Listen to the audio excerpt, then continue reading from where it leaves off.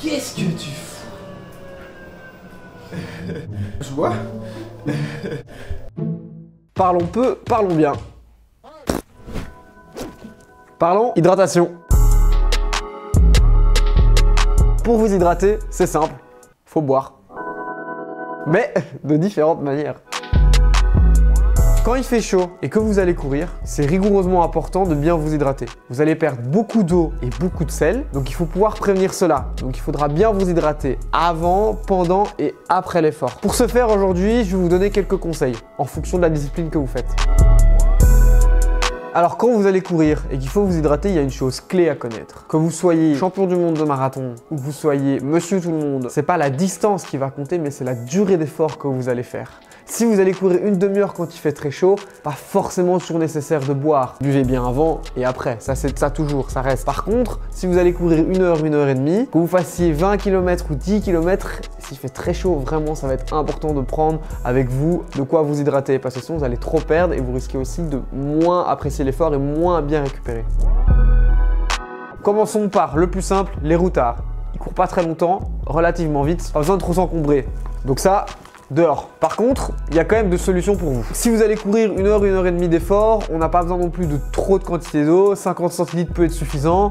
Pour ce faire, vous prenez simplement votre ceinture, vous y glissez votre flasque, votre téléphone, et puis vous êtes parti pour votre sortie. Si vous faites une plus petite sortie et que vous voulez pas trop vous encombrer avec quelque chose autour de la taille, on a ceci, hein, c'est une petite gourde qui se met en main, c'est léger, vous allez courir 45 minutes, c'est parfait. Plus classique, plus ancien, mais très facile à ranger. On a une petite gourde dure ici aussi, plus simple à nettoyer. Vous mettez ça sur vous, ça glisse pas, ça se règle un peu à votre taille. Et pareil, vous pouvez toujours mettre votre téléphone dedans et vous êtes paré pour aller courir.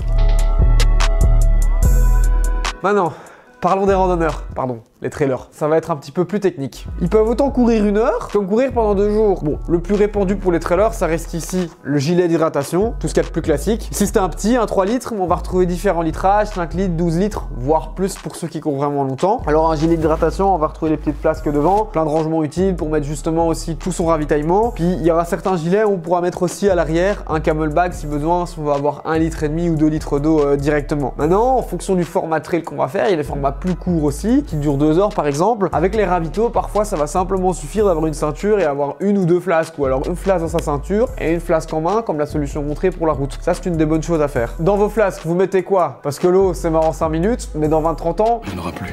Du coup, que ce soit avant ou après l'effort, c'est pas mal de prendre des électrolytes. Parce que avant, vous allez vous charger en minéraux et après, vous allez restituer vos stocks. Maintenant, pendant l'effort, on va plutôt recommander d'avoir un apport en minéraux, mais aussi un apport en sucre. Pour ce faire, on va conseiller des solutions isotoniques. Il existe de plein de marques, des différentes formes. C'est bien d'avoir quelque chose que vous supportez parce que quand il fait très chaud, certaines vous conviendront, d'autres non, parce qu'il y a des plus ou moins sucrés, avec des goûts plus ou moins naturels. Donc c'est pour ça que c'est pas mal d'un petit peu essayer, mais d'avoir une solution isotonique qui vous convient. Pour conclure, tant qu'il y en a, profitez-en.